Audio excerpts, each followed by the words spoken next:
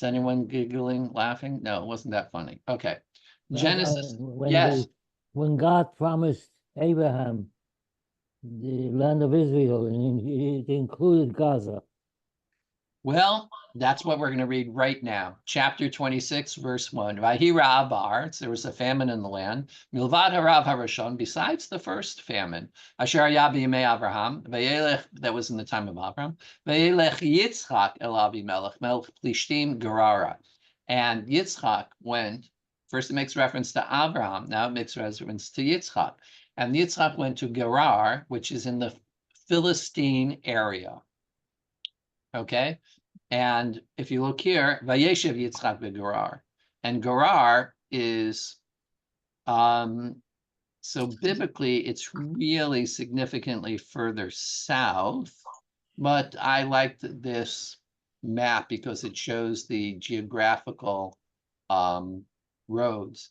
This is known as Via del Rey. This is Via de Marie, the road of the ocean. Mare in French and in Latin is the ocean. So that being said, you can see the relationship to the Philistine areas, and we're going to talk about that more.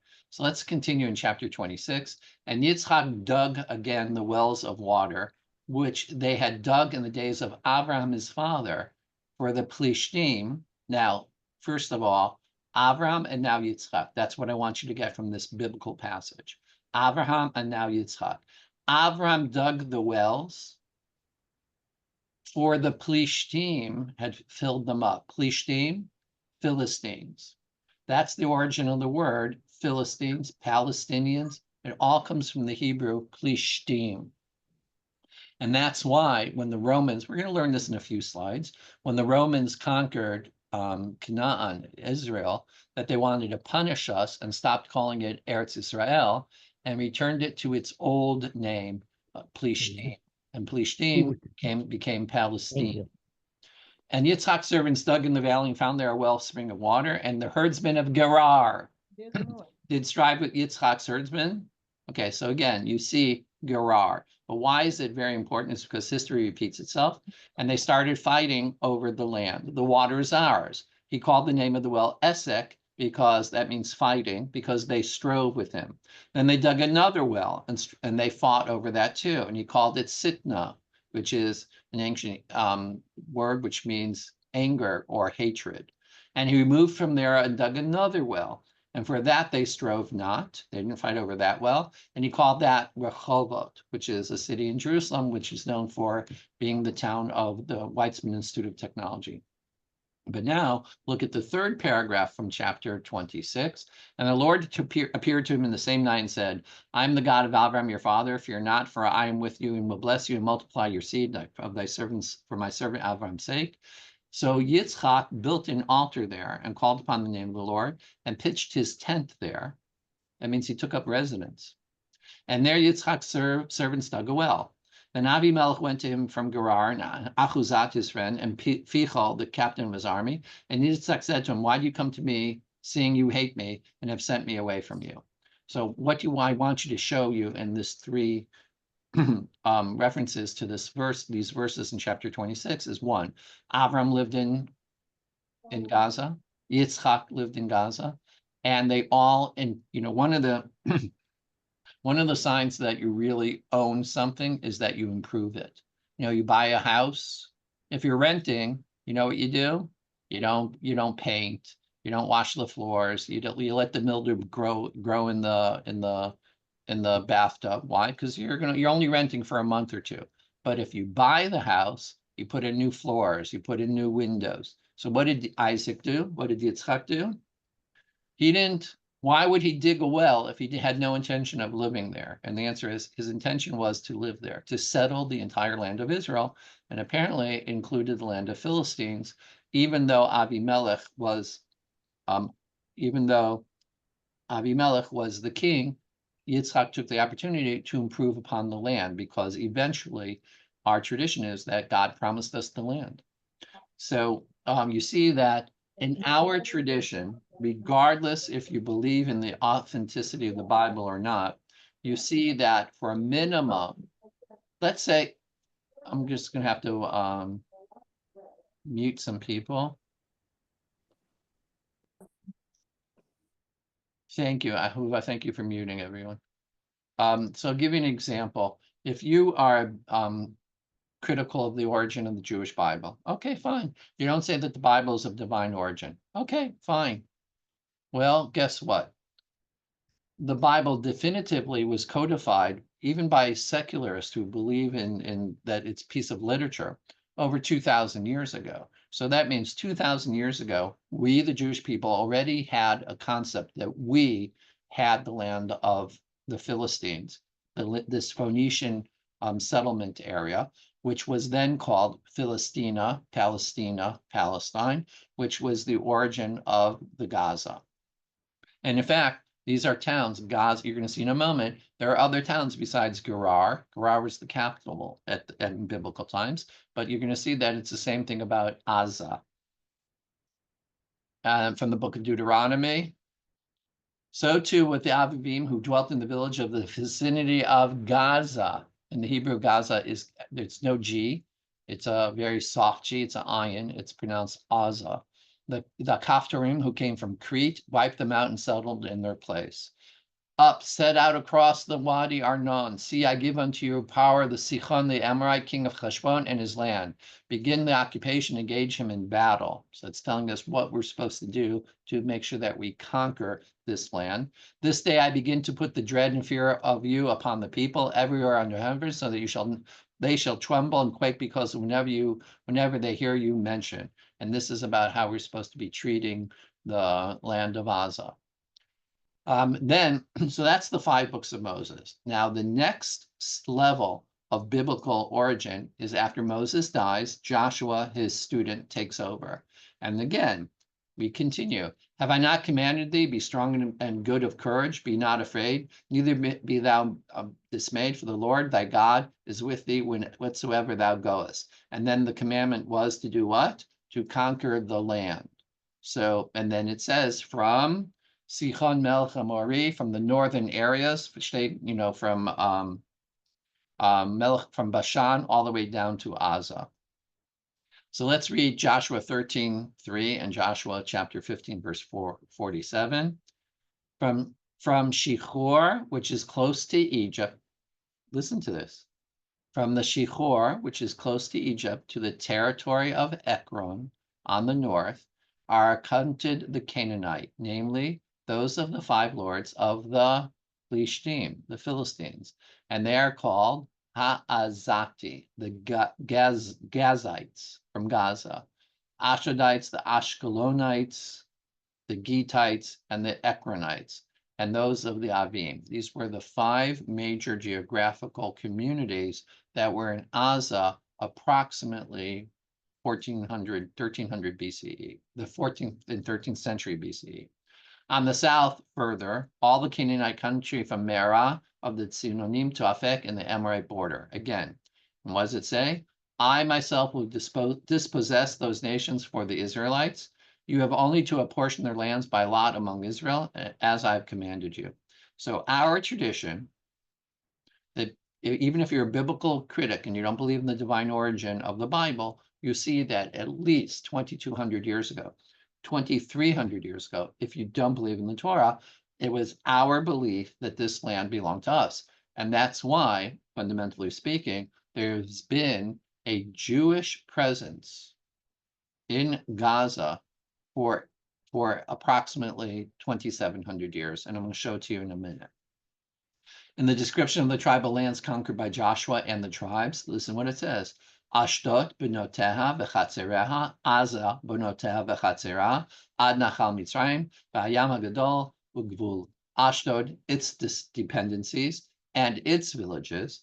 Gaza, its dependencies and its villages, all the way to the Wadi of Egypt and the edge of the Mediterranean Sea. This is area that, according to our Bible, and it's part of our heritage, and that's why biblically and post-biblically, post-temple, after the destruction of the temple, that's actually when there was a tremendous Jewish presence in Gaza. After the destruction of the temple, along the Mediterranean basin, actually is geographically it's frequently called the Phoenician basin, that Jewish people lived all the way around the basin, the Mediterranean basin, from Ashdod, Ashkelon, Gaza, what we used to call Yamit, all the way to Egypt. There were communities that of Jewish communities. So here you can see I put in red the 12 tribes of ancient Israel, and you can see that the Gaza area was included in the tribe of Judah. And it says in the book of Judges, and Judah captured Gaza and its territory, Ashkelon and its territory, and Ekron and its territory. So you can see here, Ashdod is here, then Ashkelon and Gaza. Now we all know that Ashdod and Ashkelon is legally in Israel. However, if you look here, it differentiates 3 specific areas. So let me just annotate this for a second. So you see that although this area is biblically Israel, there were 3 very specific, let's see if I can make this a little thicker. It's not very thick. You can still see that that there were in this verse, there were very specific areas. There was the Ashdod and its vicinity, Ashkelon and its vicinity, and then you can see it was Gaza and its vicinity. Oops, what happened there? So you see that there were 3 different ones, 3 different areas. Okay. Any questions yet? Good. So let's continue. So let me just, before I continue, so you can see Reuven, Gad, and half of the tribe of Manasseh also were on the east bank. Naphtali and Asher, Zebulun and Yissachar, Manasseh, the tribe split, half on the east bank and half on the west bank. Ephraim, Benjamin, which Jerusalem is in Benjamin's tribal area. The tribe of Dan is this pink area. Judah is surrounding Shimon. Shimon is landlocked, so to speak. So let's continue to the next verse. In the book of Judges, the very famous story of Samson. Samson went to Gaza, and there he saw a harlot and went in unto her. And it was told to the Gazites, saying, Shimshon has come here, and they surrounded him. Samson, the warrior, laid wait for him, and in the night in the gate in the city, they were all quiet that night, saying, in the morning when it is day, we shall kill him. And Shimshon lay till midnight and arose at midnight and took the doors of the gate of the city and the 2 posts and went away with them, bar and all, and put them on his shoulders and carried them up the top of the hill that is before Hebron. So the whole point is that without gates to their city, Shimshon, Samson, removed their ability to defend themselves. He wanted to show them that they can make all the plans and defend their community all they want, but he has the capacity to rip the doors off their embattlements. So what I wanted to emphasize, though, is that you see that the word Gaza and the location as we know it. So I proved it geographically. The geographical location known 3,000 years ago is Gaza, is the same geographical area. I showed you through references to locations, known locations, and that it has been a part of the Bible of Israel throughout our history. It has a historical foundation amongst the Jewish people. As now, our enemies controlled most of Gaza up to this point. So you're right. And even King David was unable to rout all of the Philistines from Philistina, from the Eretz Palestine. But later on we do, but we'll talk about it up to then. So this is a lot. It's my understanding that the Hashmonean controlled Gaza for quite a while. Absolutely correct. But even prior to the Hashmonaim, Ezra and Nehemiah had already established what do you call it? Agricultural communities there. And there's discussion in the Talmud if the Yoshvei Peleshet, if those Jews that were living on that southern border had to observe the laws of Truma and Peah and Leket, and the answer was yes, they do. It's agricultural laws that are observed only in the land of Israel, and they had to observe them. So let me read real quickly. The word of the Lord came to Jeremiah, the prophet, against the Plishtim, and before Pharaoh smote Gaza. So I just wanted to read that to you. And then let's skip down to this part. Because of the day that comes to to spoil all the Plishtim, the Philistines, to cut off Tsur from Sidon and every helper that remains for the Lord, who will spoil the Plishtim, the Philistines, and the remnant of the country of Kaftor. Now, this is the most important part. Baldness is come upon Gaza, which is the Hebrew word of Gaza. Ashkelon is cut off, a remnant of their valley hollow. So again, I'm showing you that biblically, these lands had reference points where we are concerned with today, what we call the Gaza territory, is specifically numerous. I'm showing you first the 5 books of Moses, then Joshua, then scriptures, and now prophets. It's continuously part of our heritage. This is a map strategically loaded, as I mentioned earlier. I've heard it, different pronunciations. Via Mares. So it's from the Latin marine, which means ocean. Like mariners, submarines, all comes from, this is the way of the sea. And the way of the sea was the shortest route from ancient Egypt all the way to Damascus and points east, like Persia. And you can see that that's why, by the way, the Abraham and Yitzchak dug wells so that people who were traveling would have plenty of water to encourage commerce is the reason why they did it. So now, if you know that this is the Dead Sea, so in the midpoint of the Dead Sea and west, you have Hebron. Northwest is Jerusalem. Okay, immediately south of Jerusalem is Beit Lechem. So you have Jerusalem, Beit Lechem, Hebron.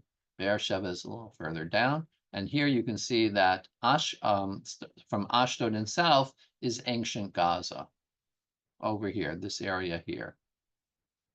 So now you have, by the way, are there other biblical roads towards the east? Yes, absolutely. This is known. There was one that went right down the middle, and it was called Via del Rey, which meant the way of the kings, because Jerusalem was the capital, Hebron was the southern capital, and Chatzar and Megiddo were the northern capitals. So right down the middle, there was a road that the kings would take and send their emissaries down the middle of Israel to gather their taxes. And then this road is so, this is the lowest place in the world, this valley. This is the Dead Sea, the lowest place in the world.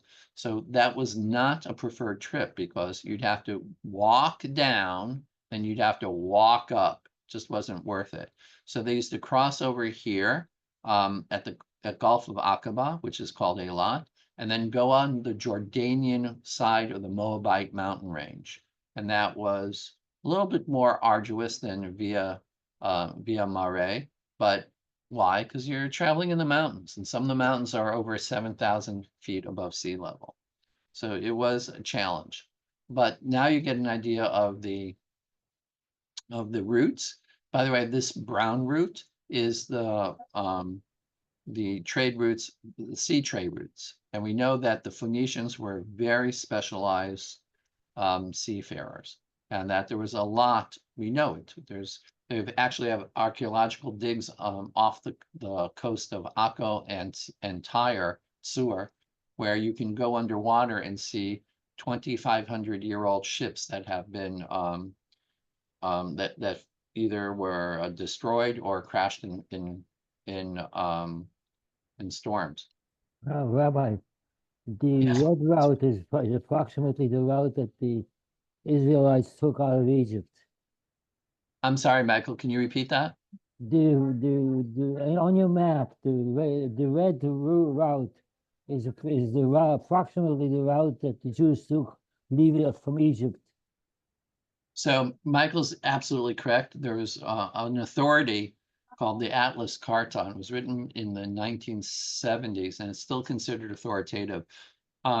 using rabbinic texts, Talmudic texts, traditions, geography. It's called the Atlas Carta. And basically, yeah, Mike is correct. We wandered in the Sinai Desert for 40 years, but this is basically accurate to did we go further south? Some of the routes have us going all the way down, significantly further south, all the way past Sharm el-Sheikh. Gaza was captured by Alexander the Great in 324 BCE. In the same year, Alexander the Great conquered Israel. And a very famous rendering, a Macedonian rendering of the capture of Gaza. That's what we're looking at here. The Greeks capturing Gaza. Now, this is actually a rendering of Gaza much later after the Greeks, approximately 300, and was broken up into 3 areas. The Ptolemies controlled Egypt, and the I'm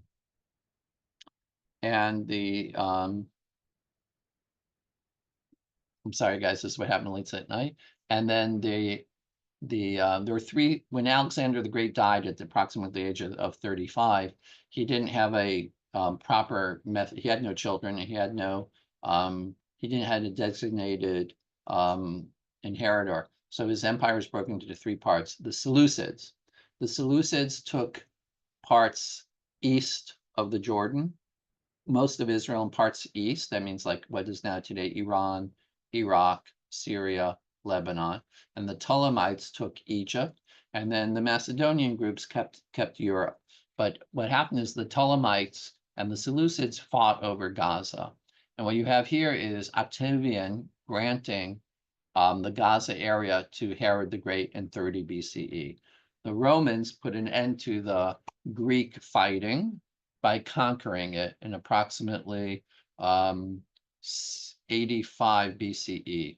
And here, this is a very famous relief of Octavian granting areas, not just Gaza, but many areas to Herod in the year 30 BCE.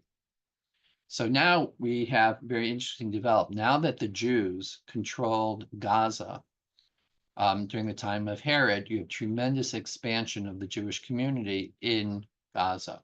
What you see here is I want you to look, I'm going to give you some blow-ups, but this is a whole rendering that was found in ancient Gaza. And the mosaic became known to archaeologists in 1966 before Gaza was in our hands. Didn't come into our hands until 1967. The Italian journal Orientalia reported the discovery of an ancient church on the Gaza coast by the Egyptian Department of Antiquities. And they called it a church, and that's why it wasn't destroyed. Within the church was a mosaic floor, described as depicting a figure of a female saint playing the harp and charming wild animals. So what's interesting is that that's why it wasn't destroyed in 1966. The professors could not explain why there were no references to Jesus or iconic representations of the cross, a standard of the time. Soon after, the name David was clearly written in Hebrew, was revealed, and the 2 animals defined as lions, the lions of Judah. So if you look closely here, Daled, Vav, Yud, Daled spells David. Later in 1967, when Israel gained control, it was found that the face of David and other Hebrew words had been vandalized. So let's get at some close-ups. Here, it is restored. David, it literally says David. David is famous for playing a harp. And these are lions. This is the ancient way of depicting the lions of Judah. There was in many biology books, they'll call them the genus of the lion is the Palestinian or the Philistinian lion. But again, it was a derogatory mention, trying to delegitimize the Israeli history of our land, of our living in the land. So let's take another step out. And again, here you can see King David playing the harp. And you can see again, obviously it is a lion of Judah. And there are other Hebrew words that had been, as we mentioned, destroyed when it became too obvious that they were actually Hebrew. And you can see that this is definitively 2,000 years old. So that means we, the Jewish people, were not only living in Gaza, we built synagogues, and we were praying openly. So we were not the oppressed people. We controlled Gaza. If we were oppressed, they would never let us build places of worship. This is a continuation of that, the ancient synagogue of Gaza. So the ancient synagogue turned out to be the largest ever discovered in the Holy Land on the northern wall facing Jerusalem, because here in the Western world, our arcs have to face east. But if you're south of Jerusalem, your arc has to face on the north side. So there was a niche for a Torah scroll and a podium, a bima, where the Torah was read. The floor of the synagogue had been paved with beautiful mosaics, and the southernmost aisle at the right of the plan was a well-preserved mosaic with the popular pattern of vines forming circles or medallions that contain animal biblical figures. An inscription was found there. We, Menachem and Yehoshua, sons of the late Ishai, wood traders, as a sign of respect for the most holy place, donated this mosaic. That is one of the most intact signs of what we do today. This ark was dedicated in memory of, right? That's exactly what it was. It was an acknowledgement of two wealthy brothers who donated the whole entire synagogue. So let's continue. Again, this is a map during the Roman period, specifically under Herod. So what I wanted to show you here is the names of the geographical areas. So you can see here is Batanea. These are Latin terms, Roman terms. Decapolis, Samaria, Perea, Joppa, which is our Jaffa, before Caesarea, Dor, Mount Carmel. These are all Latin or Roman names because, first of all, it's a Roman map. And second of all, Herod, Jews didn't need maps. The Romans needed maps. But most importantly, like we were discussing before class started, that we shouldn't call it the West Bank, we should call it Judea and Samaria. So these are the Roman terms. Now I had to put in this, you see it's this black, because they did not even consider it a territory. It was part of Judea and Idumea. I'm sorry, Idumea is the Latin for Judea. So the whole point is that if it was a separate entity, it would have had its separate name. No, it was part of Judea. It was not, during the Roman times, it was not a separate country. It was not a separate entity. It was part of the political state area, territory of Judea and Samaria. And this is the proof. And I want to repeat to you, this is not a Jewish map. I did not get it from a Jewish source. It's a historical source. Now, let's skip ahead close to the mid-1600s. Now, I'm sorry. There was a religious leader born in Jerusalem in the year 1644. After he got married, he was like 20 years old. He moved to the Jewish community of Gaza. Where did he move to? The Jewish community of Gaza. His name is Natan. He became famous as the prophet of the false messiah, Shabtai Tzvi. Shabtai Tzvi started a cult. The cult grew and grew and grew. He started doing very deviant rituals. Yes, and I mean deviant. And that only added to his popularity. He called himself the Messiah. And pretty soon there were hundreds of thousands of Jews who were convinced that he was the Messiah. So what was Natan of Gaza? Well, when Shabtai Tzvi came to Gaza, to the Jewish community, he was recruiting people, and Natan didn't merely jump on the bandwagon. He already had a big following, because he was the prophet of Gaza. So what happened was, instead of him being antagonistic, he jumped on the bandwagon and said that Shabtai Tzvi was Mashiach ben David, the Messianic leader, the son of King David. And Natan said that he was the prophet Natan, just like King David had a prophet by the name of Nathan. And they became together he was like the adjunct to the king. But more importantly, where did it all start? Well, let's get a little bit more details about who Natan was. Gifted orator, preacher, intellectual. He was ordained and soon was able to gather a significant follower from the Jewish communities of Gaza. That means in the 1600s, Jews were living in Gaza, and it was a very substantial community. After his initiation into the study of Kabbalah, he claimed visionary influences, spiritual enlightenment. And when he saw Shabtai Tzvi, he revealed him as the Mashiach. So now Shabtai Tzvi's rapid rise, is in the known Jewish world as a potential and later proven false Messiah, is accredited to the gifted skills of his lieutenant, his adjunct, Nathan of Gaza. In the 1600s, the Jewish community of Gaza was very well established. Today, we're not allowed to live there. Fine, but I just proved to you that in the 1600s, if you go to Wikipedia and Wikipedia is not Jewish and it's not pro-Israel. What you have to do though is read between the lines. If you go to Wikipedia and you search for Natan of Gaza, you'll get the whole history. Read between the lines. He was the rabbi there, the spiritual leader. What? Of 3 people?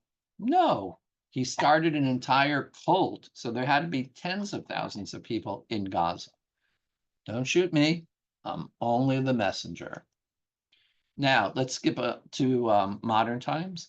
This is a passport. Well, it's a British citizenship document from 1922 acknowledging the Jewish citizens lived in Gaza and had established villages and townships there. This guy was born in October 22nd, 22. And where is his place of birth? This Jew, whose name was Yosef Arvas.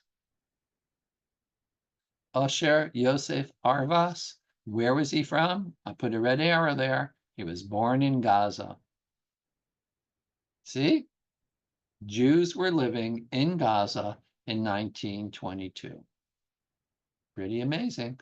Don't shoot me. I'm only the messenger. Now we're not allowed to live there. But the Jews were living there for 1,000 years. More than 1,000 years. And I showed it to you. Biblical. You don't even believe in the Bible. I showed you references. The Romans acknowledged that it was Jewish. Now, one of the interesting things was there was a Jewish community called Kfar Darom, which means the village of the south. In 1947, it was barren land bought from the Ottoman Empire. And these are pictures of the kibbutznikim that were building their kibbutz, their homes. And it's the classical stories of pre-1948. Barren land, look around. Would you see anything here? For as far as the eye can see, nothing. Let's get more information about who the purchaser was. Kfar Darom was found on 250 dunams of land, 60 acres. Purchased in 1930 by Tuvia Miller. Purchased. We bought it for a fruit orchard on the site of ancient Jewish settlement of the same name mentioned in the Talmud. So Kfar Darom is named after the original biblical Kfar Darom. We didn't steal it, we bought it. 1936-39 Arab revolt in Palestine. Miller sold his land to the Jewish National Fund in 1946. Jewish National Fund actually has the papers proving chain of ownership, which is called deed and title. A community was established on the land at the close of Yom Kippur on the 5th and 6th of October, 1946, by Hapol HaMizrachi Kibbutz movement as part of the 11 points of the Negev settlement plan. In the summer of 48, after numerous battles, the community was abandoned following a 3-month siege by the Egyptian army during the 1948 Arab-Israeli War. There was an agreement. They let our Jewish boys and girls leave without harm. A lot of them fell in different battles. But again, you can get an idea because these names are very familiar to you, because these were towns and villages that were attacked on October 7th. Netivot and Ofakim were attacked on October 7th. You can see that they were within 3 to 7 miles of the Gaza line. So I wanted to show you some amazing Kabbalistic foundations of the relationship between Gaza and Jewish history and Jewish mysticism. So Samael, not Samuel, Samael, in Midrashic text is a member of the Tzavaot Hashem, the heavenly army, the heavenly cohort, the court of God in heaven. He often has grim and destructive duties. Samael is not evil. He's not the Satan. Later on, the Christians called Samael the Satan, that he changed his name to Satan. In Hebrew, Satan, Satan, means the prosecutor. Prosecutors aren't evil. They're doing their job. Their job is to make sure that the crime is prosecuted. Finding them innocent or guilty is up to the judge, and today we would say a jury. Samael is not evil. He is a destructive, but he does have destructive duties. That's his job.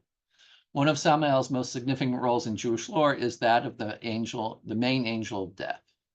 And that's why, developing Christianity took and adulterated a lot of aspects of the Jewish concept of who Samael was and turned him into a Satan, a fallen angel that comes here to steal souls.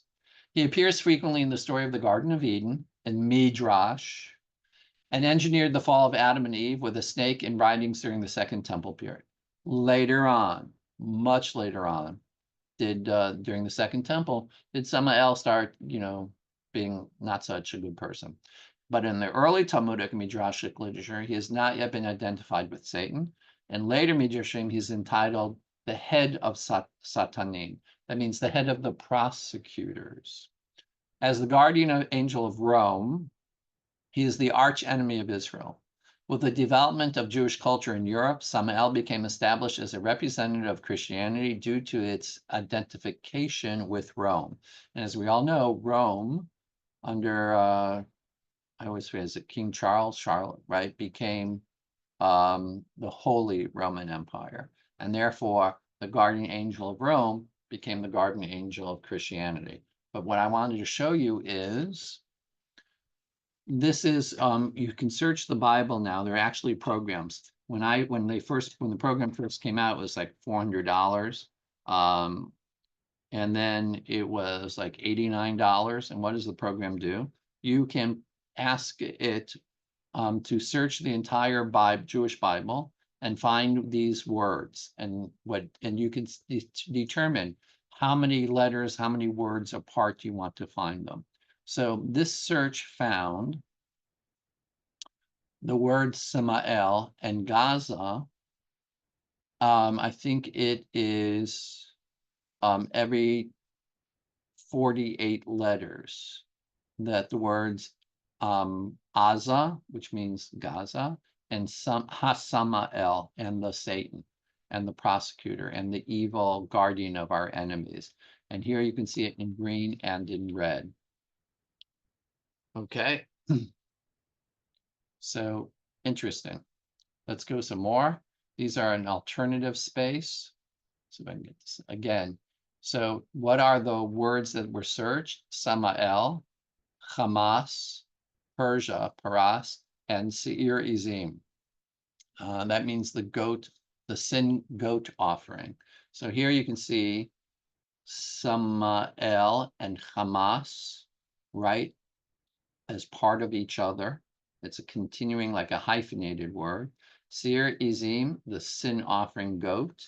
Here you have Paras, which is Persia, which is Iran, right? Persia, Iran, and they all intersect, forming at these known letter intervals. Boy, nobody's asking any questions. Here you can see the entire space where the words were, again, what a coincidence, because they're all in the same place.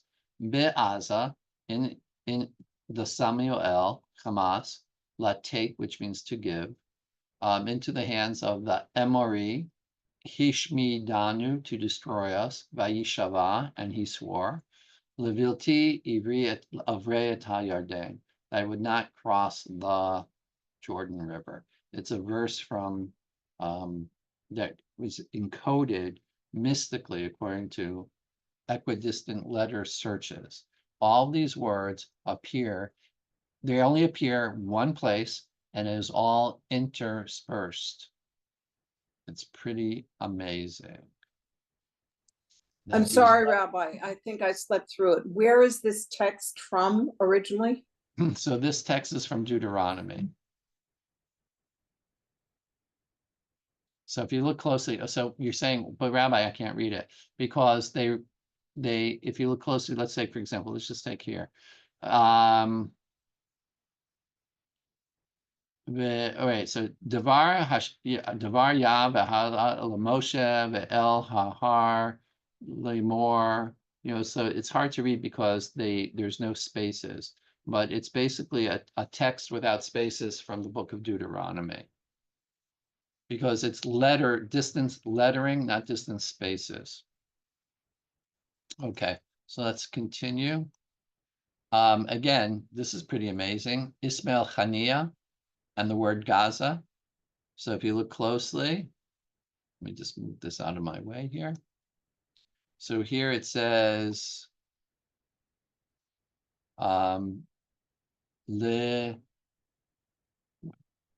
sorry, it says Ismael going up, green going up says Ismael. Here, and starting here, it says Aza in the purple and in the green letter. And then down here, it says his name, Hania, Hey, Yud, Nun, Hey.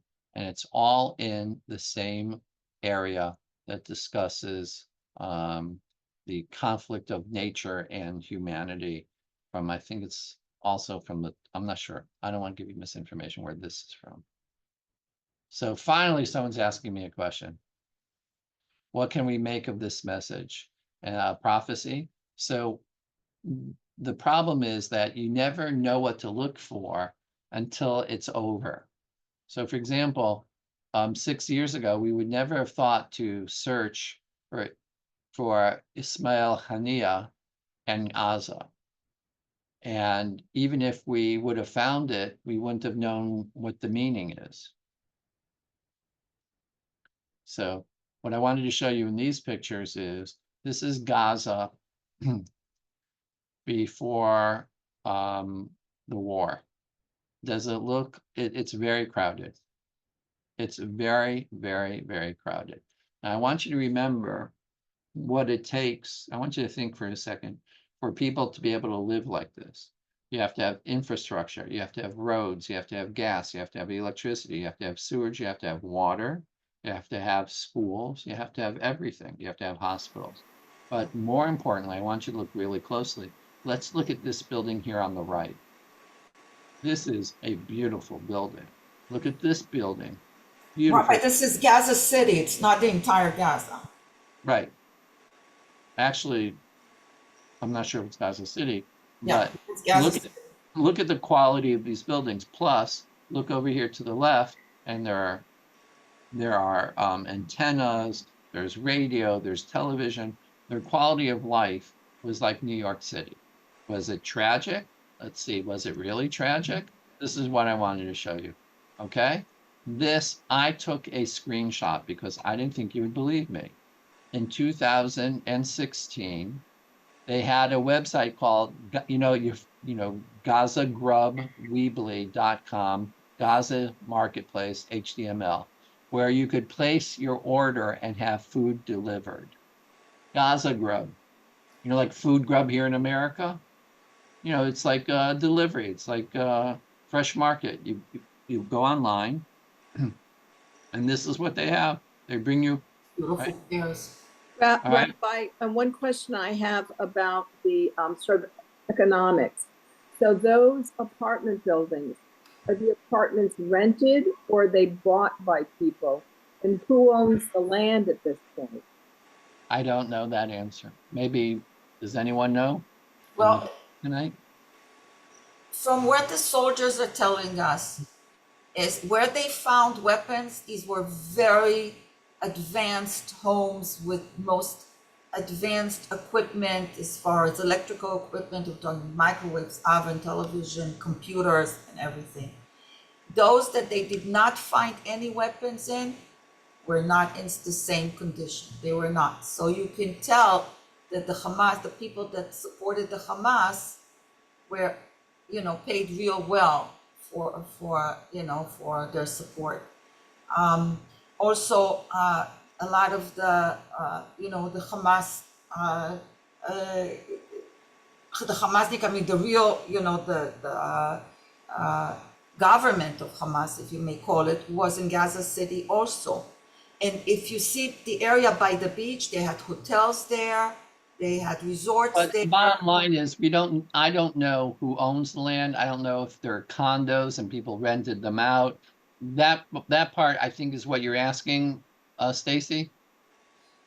Yes, yes. Yeah, I don't Oh, it's hard to I don't tell. think we have a way of knowing that. Yeah, Rabbi, the reason Stacy was asking is because we had this conversation, right, Stacy? About how important land was for them. And if Right. they own it, they're not going to leave. They're going to come back and put a tent So on let me their explain property to you or what the something. problem is. So let's go back to this picture, okay? So let me ask you a question. So let's count how many stories there are. 1, 2, 3, 4, 5, 7, 8, 9, 10, 11, 12, 13, 14. And there's a penthouse. Look at that penthouse.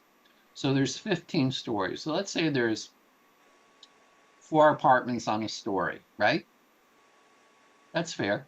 And how many did I count? 14 stories. So 4 times 4 is 16. There's 54 families living there. 54 families. And say a typical American family, 5. So that's about 220 people. There's 220 people, and they all say they own this footprint. Yeah. All right, 250 people are going to say, we own this footprint. How are you going to put 250 people? Who owns it? It's like Champlain Towers all over again. Who owns the property? So we'll see. Now, I tried finding a similar picture. I did a search for this image. I was unable to find the source. I'm not exactly sure what town it is, but I was looking, more importantly, why was I searching? To see if we can find a picture of what it looks like today. But before I get there, this is 2022. Now, let me go back because I wrote on the top, Gaza, the world's largest open air prison. That's what our enemies are saying on the campuses. Gaza, the world's largest open air prison. That doesn't look like a prison to me. Look like plenty of fresh vegetables. And look who's walking around. Is it so dangerous? Children are walking around. Let's look. And look at the toys in the back. It's like Machane Yehuda in Jerusalem. Now, this is 2010. Fresh meat. And it's written in, I think it's supposed to be French. Philistine Gaza. It's Turkish. It's Turkish. Turkish, yeah. Is that? Oh yeah, that's the Turkish flag. Thank you, Yeah. Abraham. Thank you, Abraham. Right. So what does it say here, Abraham? It says humanitarian help. Right. Yeah, it says the Foundation for Human Rights Yeah. and something else. Yeah. And Under there, it's in English. Foundation for Human Rights. Yeah. Okay, that makes sense. But they get a lot of fresh food and meat and stuff from many countries. So they're living the life too. Right. And you got to Yeah. remember, 2 million people, but they were getting $16 billion a year in Correct. That comes out to something like $70,000 per person. Do the math. Correct. Here's a little shock for everyone. But This Rabbi, you know what is very this is a jewelry store in Gaza. It was, again, yes, you got to go back. It was 2016, but it was not an open air prison. And lastly, I think this is the last one, perfumes, right? Here is after giving birth, an antenatal clinic in the Gaza Strip. And the photo is by Dr. Gada Al-Jabda in the year 2016. And you can see the quality of life. I'm not just talking about the clinic or the right. Look at how they're dressed. Look what they're wearing. Are those children like they're, in poverty? Look at the high-tech computer she's using. Rabbi, I want to also add something. I had some Turkish friends when I used to live there. Their fathers were doing business with Palestinians in marble business, and they were making millions of dollars from Palestinians to put marble in their offices and homes. Millions. Right. Yeah. It was not an open air prison. Exactly. Okay? Nobody in prison gets marble floors. Yes, exactly. Yeah. Rabbi, you know what's very interesting? We don't see any farmland. We don't see anybody growing cattle, like everything they had to buy. So there's definitely farmland. In fact, I can tell you that there was a question, a rabbinic question asked in the first months of, it was in March and April of 2024 that soldiers were they were advancing from one town to the other, and they were sent into some farmland, and they asked the rabbis if they were allowed to eat of the vegetables that had grown. Halachically, the question was, and the answer is yes, you're allowed. Rabbi, Yes. can we assume that some of these structures that were built there were left by us when we left Gaza? No. All was new constructions? It's all Arab construction. I will tell you that there was, in 2005, there were, I think it was 4 or 5 communities of Jews. I was at one of them. It was called, Gush Katif, but I was at a town, a Jewish town in Gaza. It was called Neve Dekalim, which means the oasis of date trees. And it was the most beautiful seaside resort village I'd ever been in. And I've been to nice ones in Colombia, and I've been to an unbelievable one in Mexico. I've been to one in Dominican Republic, and none of them could compare to Neve Dekalim on the ocean, seaside in Gaza. And what happens is in 2005, we were forcibly removed. The Jews, the Israelis, forcibly removed the Israelis, and we handed it over.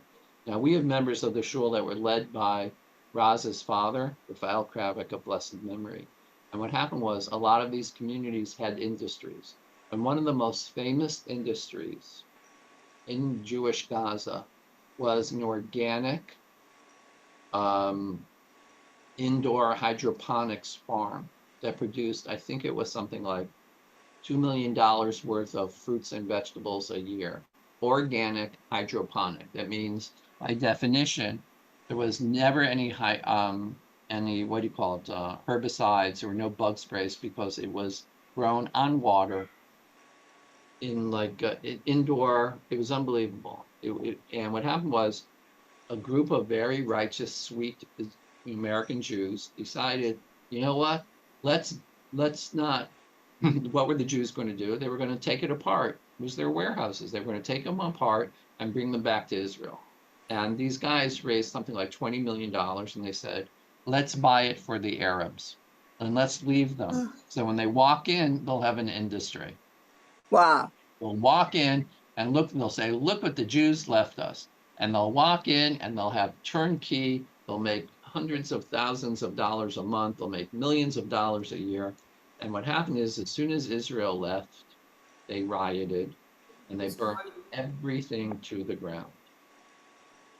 Yes. They didn't even rape it, so to speak. They just burnt it. They cut off their noses to spite their faces. So, Rabbi, did you mention that they get money? I missed that So- earlier. They So get paid? between, well, for example, we now know that USAID gave billions of dollars to Gaza. Billions. I did not commit the amount to number them, but I can also tell you that European sources, for example, there's a nonprofit out of Norway that gave $1 billion a year to all the Palestinians in Gaza and the West Bank. $1 billion a year from one country.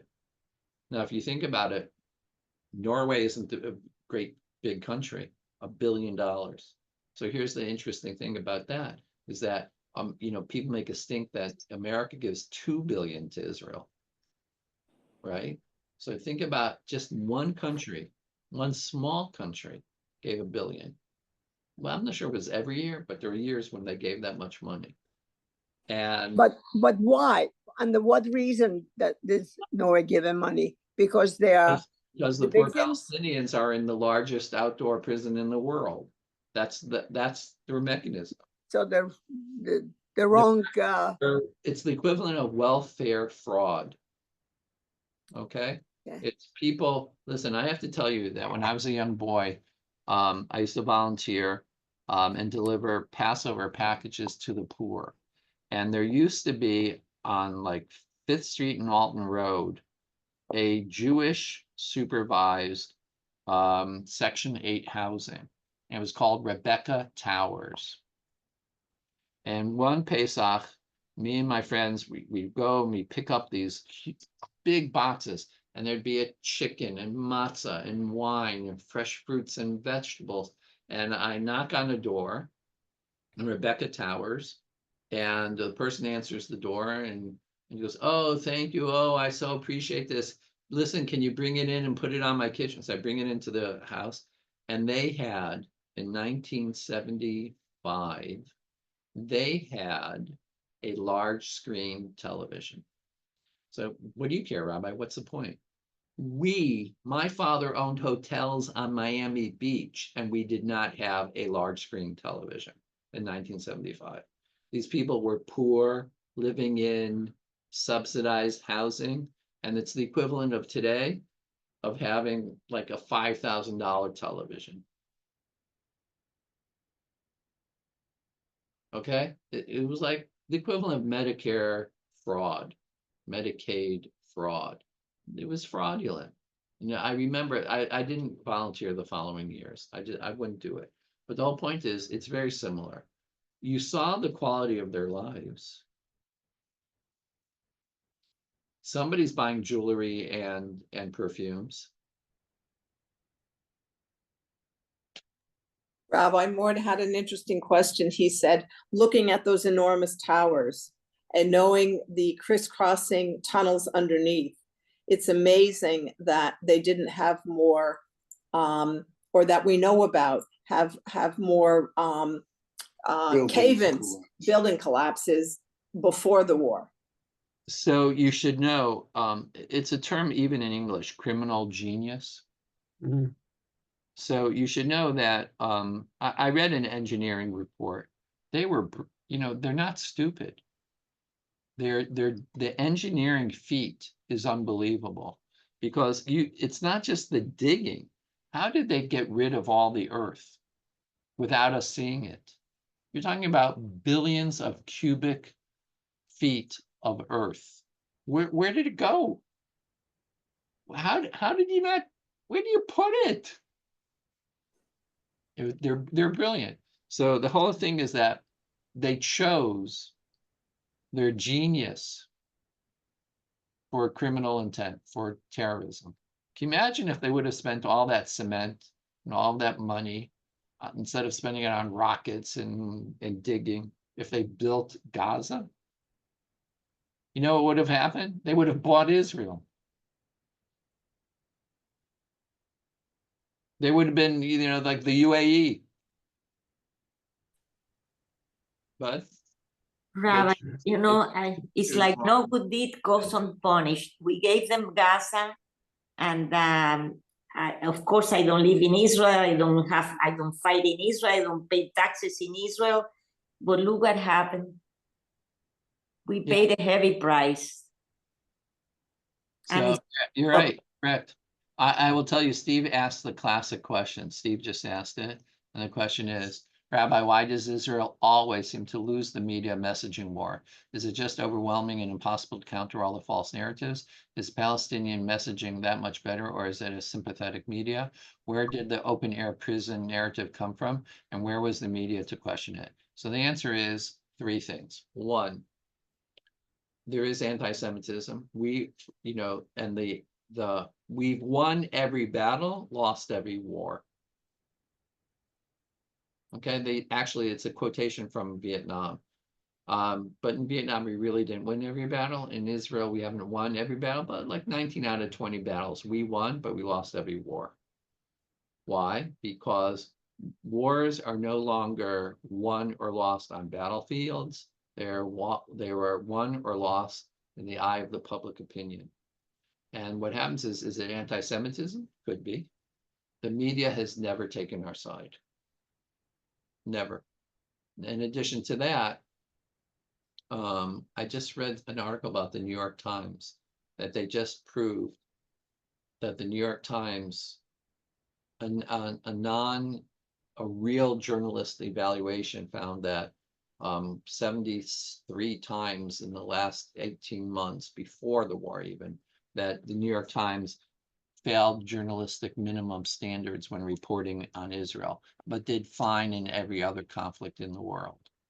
It has to do with if you interview the left, you have to interview the right.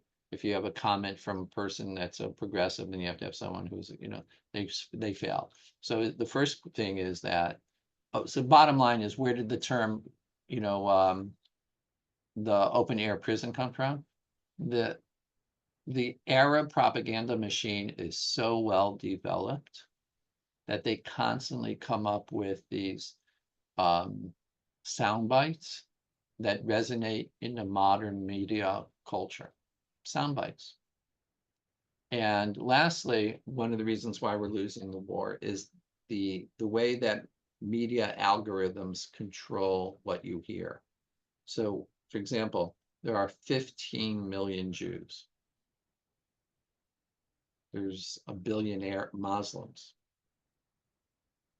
It's just numbers. And every time YouTube, Instagram, TikTok, every time someone likes an anti-Semitic, anti-Israel comment, it affects the algorithm. And then what happens is that's going to affect the way media reports the news, because you want confirmation bias. If you say, if there's 800 million likes about a story of that Israel is killing babies, then that encourages the media to continue telling those kinds of stories, because the more likes, the more it shows up, the more money they make in selling click per views. So that's my opinion. And I'm not sure how accurate it is, but that's my interpretation of what's going on. Well, Chevra, it is 8:14. I hope everyone enjoyed class. And God willing, we'll see you tomorrow morning in shul. Thank you, Rabbi. Have a Last good question. night, everyone. Thank you, Okay. Rabbi. Avram, thank you for your help tonight. Lila Tov, everyone. Lila Bye. Tov. Definitely. Thank you. Thank you. Have a good one. I'm going to have Danny look into it tomorrow. Okay. Have a good night. Lila Tov. Thank you. Good night.